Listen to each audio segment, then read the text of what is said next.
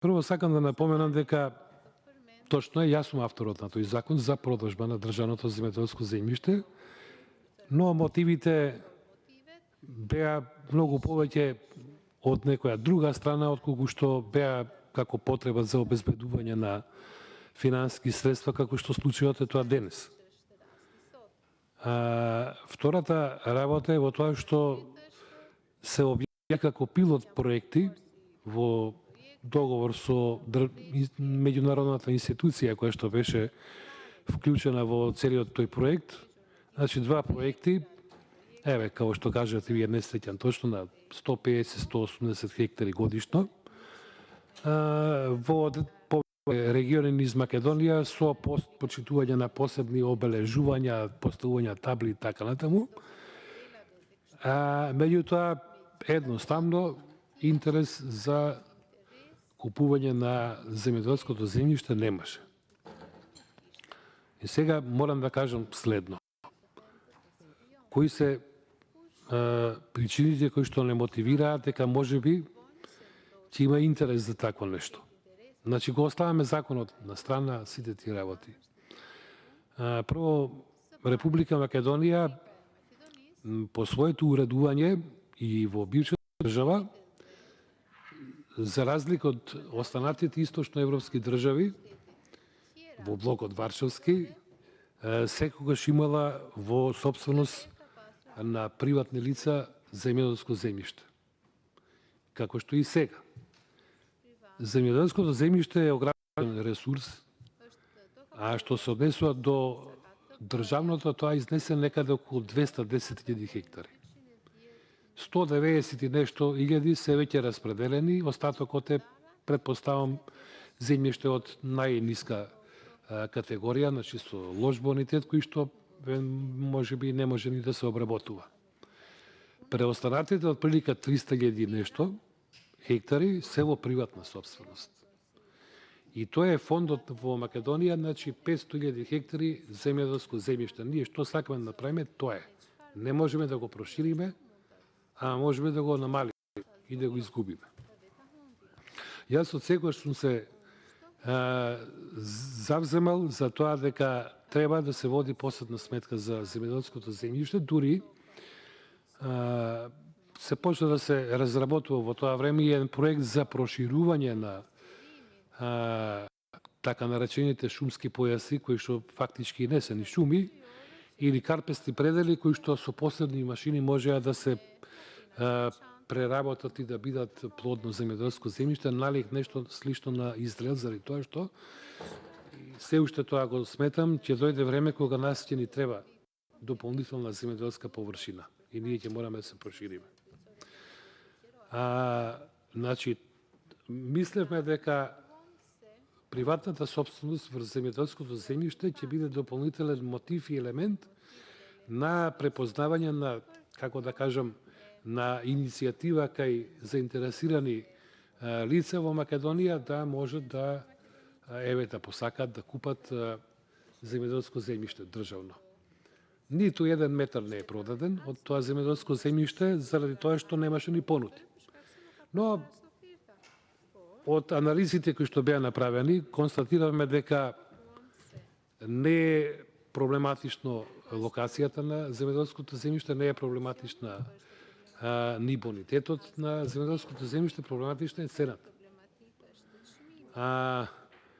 Иако кај нас постои да кажам навика на купување, на продавање на земјоделско земјиште, цената на државното земјоделско земјиште требаше да биде сведена, редуцирана 12 до 14 центи за квадратен метар. Тоа е најреалното. И не знам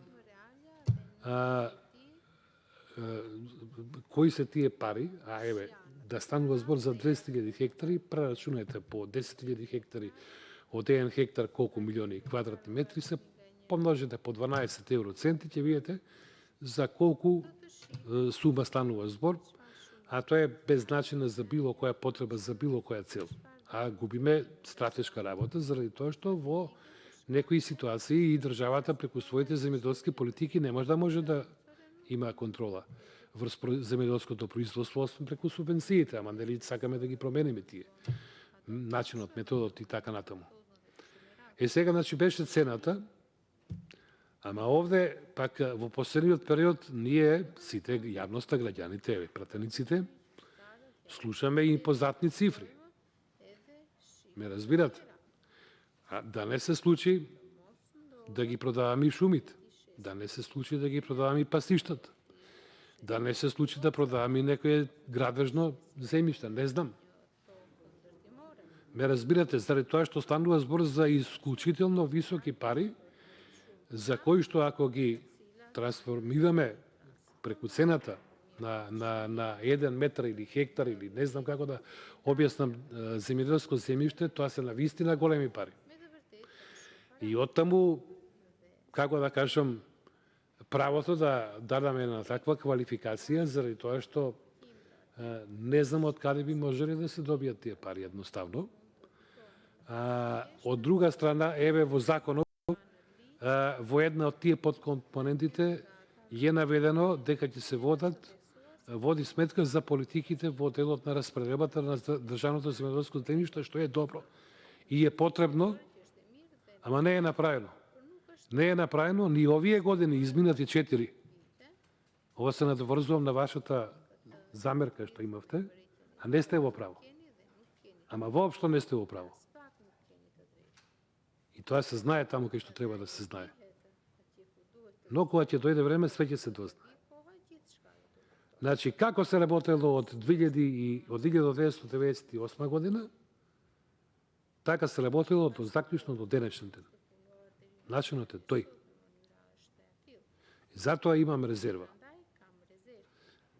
Ова најобјективно, мислам, искрено го кажувам, затоа што сметам дека не можеме ние да подкачиме цената, вредноста на државното во моментов. А особено сега кога, како да ви кажам, и другата една работа околу тужењето.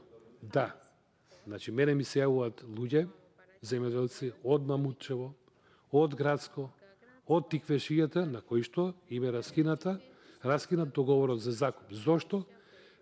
Имало разлика од неплатени 150 денари. Па ме молам.